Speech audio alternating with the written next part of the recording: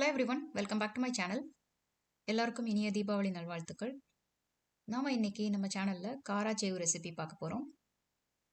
காராச்சேவு வந்துட்டு மிளகு தூள், சீரகம் அந்த மாதிரிலாம் போட்டு இது வந்து மிளகு காராச்சேவு அப்படின்னு சொல்லுவாங்க. காராச்சேவு வந்துட்டு ஈவினிங் ஸ்நாக்குக்குமே ரொம்ப ஒரு நல்ல டேஸ்டியான ஒரு ஃபுட்டு.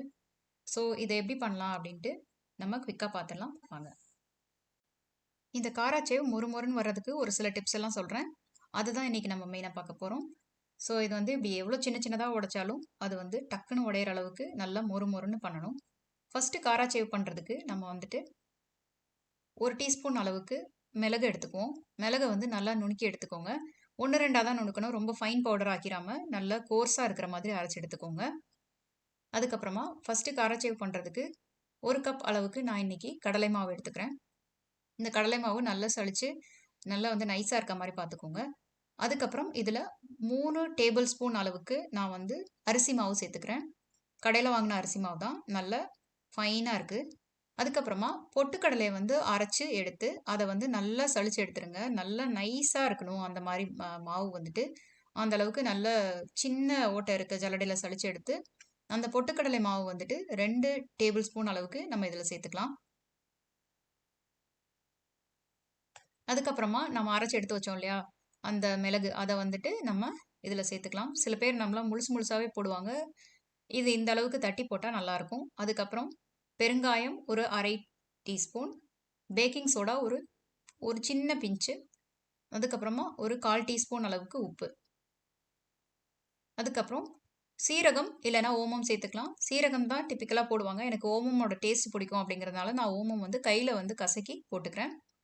அதுக்கப்புறமா 1/2 டீஸ்பூன் அளவுக்கு மிளகாய் தூள் போட்டுக்கோங்க. அதுக்கப்புறம் நல்லா காய வச்ச எண்ணெய் இருக்கும் இல்லையா, அதை எடுத்து ஒரு நல்ல ஒரு டேபிள் ஸ்பூன் வர்ற அளவுக்கு இந்த மிக்ஸில் நல்லா சேர்த்துக்கோங்க. நல்லா சேர்த்துட்டு எல்லாத்தையும் ஒன்றா சேர்த்து நல்லா பிசைஞ்சு விடுங்க. ஸோ இதில் இருக்க எல்லா ட்ரை இன்க்ரீடியன்ஸும் ஒன்றோட ஒன்று சேரணும். ஒரே இடத்துலையோ உப்போ பேக்கிங் சோடாவோ தேங்கிராமல் இருக்கிறதுக்காக நம்ம இந்த மாதிரி நல்லா ஸ்ப்ரெட் பண்ணி பிசைஞ்சு விட்டுறலாம். இப்போது இதில் கொஞ்சம் கொஞ்சமாக வந்துட்டு தண்ணி சேர்த்து நம்ம வந்துட்டு இதை வந்து பிசையணும். தண்ணி தெளிச்சு விட்டு பிசைங்க. இந்த மிக்ஸ் எப்படி இருக்கணும் அப்படின்னு பார்த்தீங்கன்னா, சப்பாத்தி மாவு பதத்தில் இருந்தாலே போதும் உங்களுக்கு. சப்பாத்தி மாவு பிசையும் போது வந்துட்டு ரொம்ப கெட்டியாகவும் இல்லாமல் ரொம்ப தண்ணியாகவும் இல்லாமல் ஒரு மாதிரி பிசைவோம் இல்லையா, அந்த அளவுக்கு இதை வந்துட்டு நம்ம வந்து தண்ணி கொஞ்சம் கொஞ்சமாக சேர்த்து நம்ம பிசைஞ்சுக்கணும். ரொம்ப கெட்டியாக பிசைஞ்சிடாதீங்க. ரொம்ப கெட்டியாக பிசைஞ்சிங்க அப்படின்னாக்கா உலக்கில் வந்துட்டு நம்ம புழியறதுக்கு ரொம்ப கஷ்டப்படுவோம். அதனால வந்துட்டு கொஞ்சம் இலக்கமாக இருக்கிற மாதிரியே பிசைஞ்சிக்கலாம். ஸோ தண்ணி வந்து ரொம்ப போயிடாமல் இருக்கிறதுக்காக அப்பப்போ கொஞ்சம் கொஞ்சமாக தெளிச்சு விட்டு இந்த மாதிரி நான் பிசைஞ்சுக்கிறேன். இப்போது பிசைஞ்சு முடிச்சதுக்கப்புறம் பார்த்தீங்க அப்படின்னா கையில் லைட்டாக ஒட்டுற மாதிரி தான் இருக்கும். அந்த கன்சிஸ்டன்சி தான் நல்லது.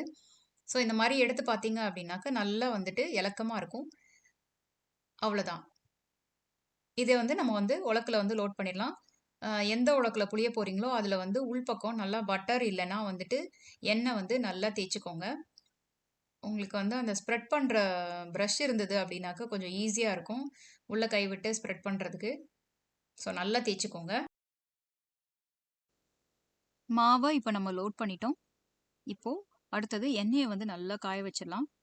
எண்ணெய் நல்லா சூடானதுக்கப்புறமா நல்லா வந்துட்டு மீடியம் ஹீட்டில் வச்சுக்கோங்க. இப்போது காராச்சேவை அப்படியே பிழிஞ்சு விட்டுடலாம். இப்போ பிழியறது பார்த்தீங்கன்னா கொஞ்சம் பெருசு பெருசாக பிழிஞ்சிட்டு அதுக்கப்புறம் உடச்சிக்கவும் செய்யலாம். இல்லைன்னா இந்த மாதிரி சின்ன சின்னதாக வந்து அப்படியே கட் பண்ணி விட்டுருவாங்க.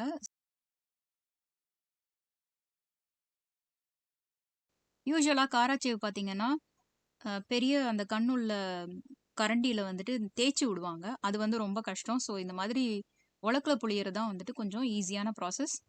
சரியான கண்ணுள்ள தட்டு மட்டும் வச்சுக்கிட்டீங்க அப்படின்னாக்கா காராச்சேவோட கரெக்டான ஷேப் நம்மளுக்கு கிடச்சிரும்.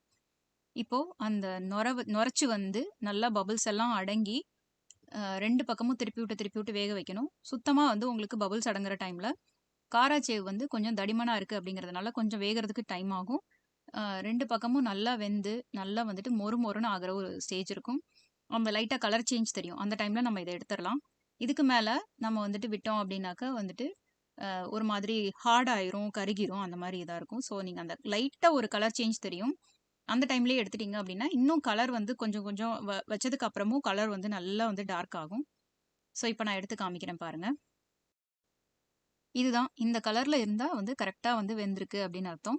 எடுத்து இப்ப நீங்க ஒரே இது கைய வச்சு இப்படி லைட்டா அப்படின்னு உடைச்சு பார்த்தீங்கன்னாலே வந்துட்டு உடையணும். அதே மாதிரி எந்த பலகாரமுமே வந்து செஞ்ச உடனே ரொம்ப சூடா இருக்கும்போது வந்துட்டு எடுத்து செக் பண்ணாதீங்க. கொஞ்சம் வந்துட்டு நல்லா ஆற விட்டீங்க அப்படின்னா தான் வந்து இந்த நம்ம எண்ணெய் பலகாரம் எல்லாமே டீப் ஃப்ரை பண்றதுனால, நல்லா வெந்து அதுக்கப்புறமா தான் வந்துட்டு அதோட ஒரிஜினல் கன்சிஸ்டன்சி அண்ட் டேஸ்ட் வந்து நம்மளுக்கு தெரிய ஆரம்பிக்கும். அவ்வளவுதான் செம சூப்பரா நம்மளோட மிளகு காராச்சேவ் தயாராயிடுச்சு. இந்த தீபாவளிக்கு இந்த மிளகு காராச்சேவ் ரெசிபியும் நீங்க ட்ரை பண்ணி பாருங்க.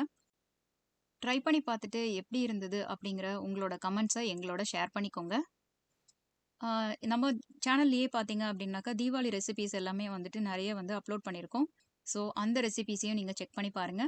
மறக்காம எங்க சேனலுக்கு சப்ஸ்கிரைப் பண்ணிக்கோங்க. பக்கத்துல இருக்க பெல் ஐகானையும் கிளிக் பண்ணிக்கோங்க. அப்பதான் நாங்க போடுற வீடியோவோட நோட்டிஃபிகேஷன்ஸ்லாம் உங்களுக்கு உடனே உடனே வரும். Thank you so much for வாட்சிங். பாய். Take care.